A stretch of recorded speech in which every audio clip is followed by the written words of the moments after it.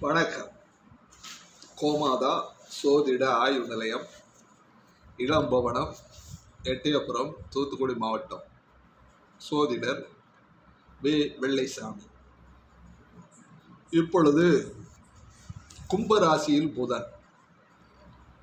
கும்பராசியில் புதன் இருந்தால் அதனுடைய தன்மை என்ன என்பதை பற்றி இங்கே விளக்கப் போவேன்.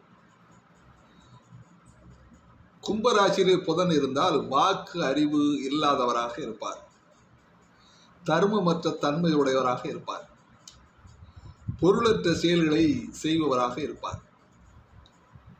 பகைவரால் துன்பப்படுதல், தூய்மையின்மை, மூடன், மனைவிக்கு பகை, இன்பமின்மை, திறமையற்ற பேச்சுக்கள்,